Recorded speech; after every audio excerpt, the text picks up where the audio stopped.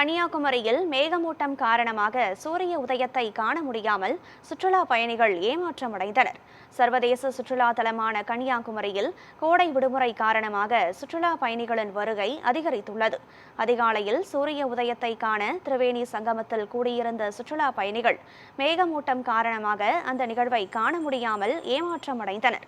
பின்னர் கடலில் நீராடி கன்னியாகுமரி பகவதியம்மன் கோயிலில் தரிசனம் செய்ததுடன் திருவள்ளுவர் சிலை மற்றும் விவேகானந்தர் மண்டபத்தை பார்வையிட படகு மூலம் புறப்பட்டனர். சுற்றுலா பயணிகள் கூட்டம் அதிகரித்துள்ளதால் உள்ளூர் வியாபாரிகள் மகிழ்ச்சியடைந்துள்ளனர்.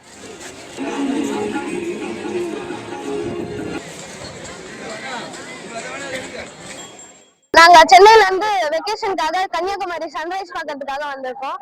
ஆனா இந்த இடத்துல கொஞ்சம் கிளவுடியா இருக்கிறதுனால சன்ரைஸ் இன்னும் ஆகல. அதுக்காக நாங்க இன்னும் எல்லாரும் ஆவலா வெயிட் பண்ணிட்டு இருக்கோம். இன்னும் சன்ரைஸ் ஆகாததுனால கொஞ்சம் எல்லாரும் கொஞ்சம் ஏமாற்றம் அடைஞ்சிட்டோம்.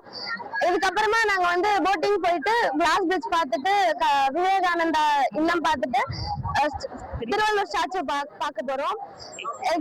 இந்த சன்ரைஸ் பார்க்கறதுக்காக எங்களுக்கு எல்லாருக்கும் ரொம்ப எக்ஸைட்டடா நாங்க எல்லாரும் வெயிட்